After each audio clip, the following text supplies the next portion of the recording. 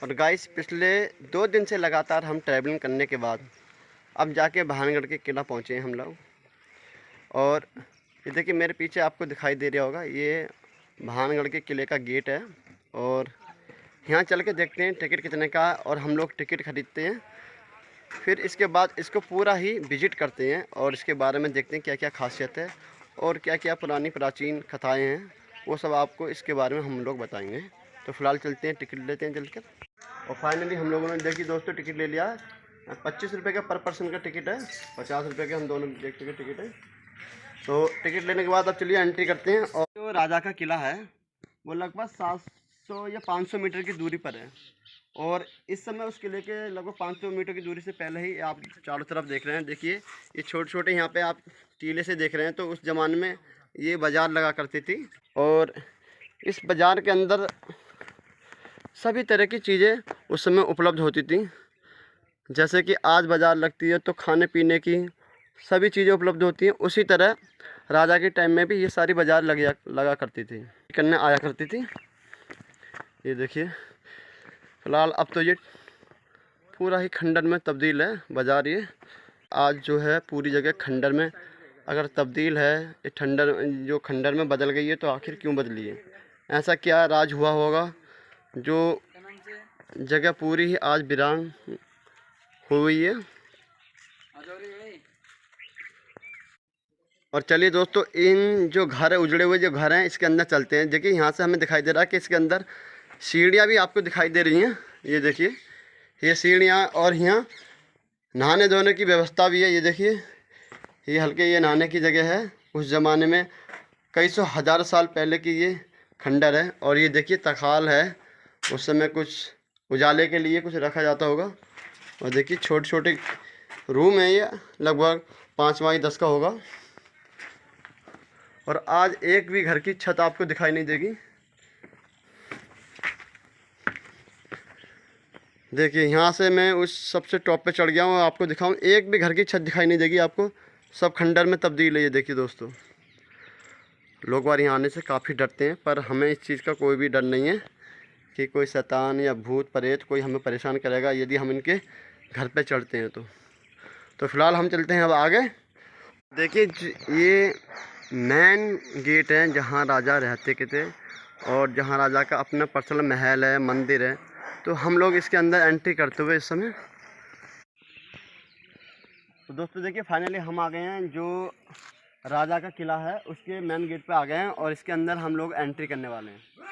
तो एंट्री करने से पहले मैं आपको बता दूं कि इस किले की जो कहानी है वो पूरी कहानी है तो है क्या, आखिर ये किला खंडर में तब्दील हुआ तो क्यों हुआ। कहानी कुछ इस प्रकार है कि किसी ज़माने में जो यहाँ की जो राजा थे, राजा भगवंत सिंह, उन्होंने इसका निर्माण कराने की सोची थी। तो इसके ही पास में आप वो देख रहे हैं यहाँ जो मंदिर है, मैं आपको दिखाऊं कैमरे से। इस स्थान पर किसी ज़माने में एक जो तपस्वी थे तपस्या करते थे। जिस समय राजा ने इस महल को बनाने का निर्णय लिया था तब उस समय ये तपस्वी ने मना किया था राजा से कि आप राजा जी यहाँ का जो है यहाँ पे महल मत बनाइए। पर राजा ने तपस्वी की एक ही नहीं मानी और जो है बनाने के लिए काफ़ी आग्रह किया और तपस्वी से कहा कि नहीं, मुझे मकान तो बनाना ही है, महल अपना किला तो बनाना ही है और महल जो है अपना बनाना है। तो तपस्वी मना करने के बाद भी जब राजा नहीं माने कहा मैं अपना किला बनाने से, तो तपस्वी ने कहा था राजा से कि ठीक है आप बना लीजिए, पर आपसे एक शर्त है। वो शर्त ये थी कि यदि आप अपना महल बनाएं तो आपके महल की जो परछाइयाँ मेरी इस कुटिया पर न पड़े जहाँ मैं रहता हूँ। तो राजा ने कहा था ठीक है महाराज, आपकी जो है जो भी आपकी छोटी सी कुटिया है उस पर हमारे महल की परछाई नहीं पड़ेगी। तो दोस्तों क्या होता क्या है कि इस पूरे किले का निर्माण स्टार्ट हो जाता है और मिस्त्री लोग काम करने लगते हैं। तो किसी भी कारणवश मिस्त्री ये थोड़ी सी ऊंचाई भूल जाते हैं, वो हद से ज़्यादा ऊंचाई कर देते हैं इस किले की। तो कुछ समय के बाद होता है कि इस पूरे किले की परछाई उस तपस्वी के कुटी पे आके पड़ने लगती है। जब इस बात का पता उस तपस्वी को पता चलता है कि ये किले की परछाई जो है मेरे घर पे पड़ रही है या मेरी कुटिया पे पड़ रही है, तब वो उस राजा को ये श्राप देता है कि आपने मेरी एक भी बात नहीं मानी, तो जाओ। ये मेरी तरफ से, मेरी अंदर की भावना से, ये मेरे अंदर से ये बद्दुआ निकलती है, और मेरा ये श्राप है कि एक दिन ये तुम्हारा पूरा ही महल एक वीरान और डरावनी जगह में तब्दील हो जाएगा, और एक खंडर बन जाएगा।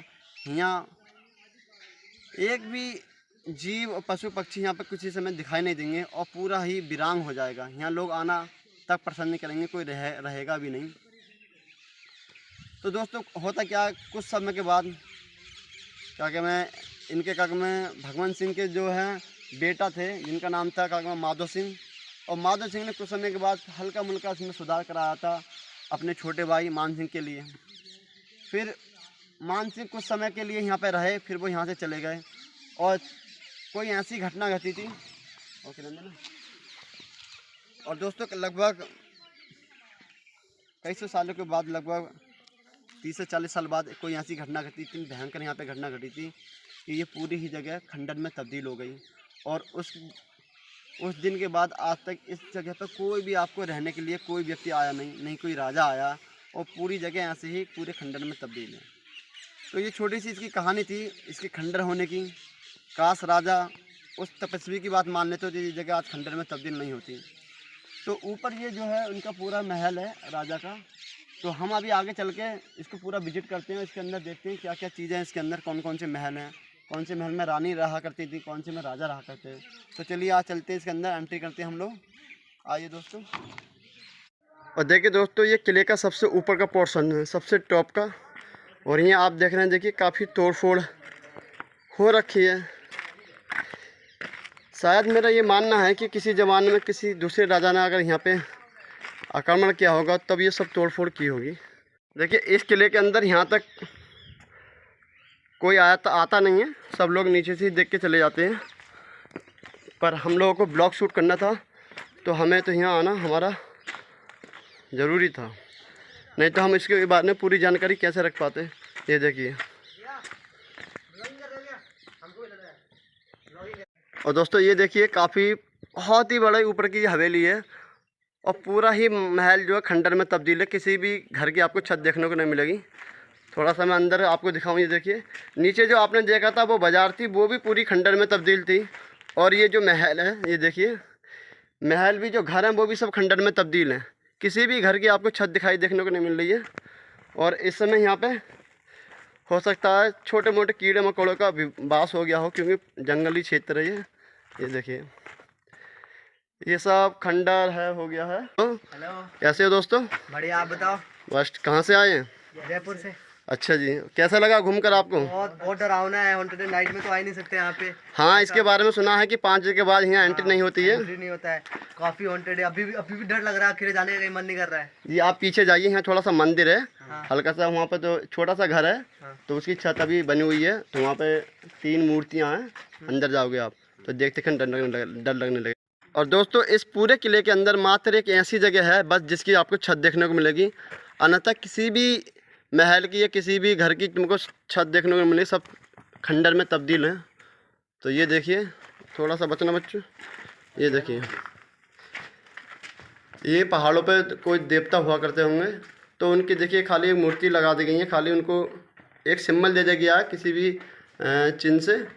तो ये 3 अपने जैसे तखाल बोलते हैं, उसके अंदर रेड कलर के एक सिंबल दिया गया। तो ये शायद कोई भगवान की मूर्ति है।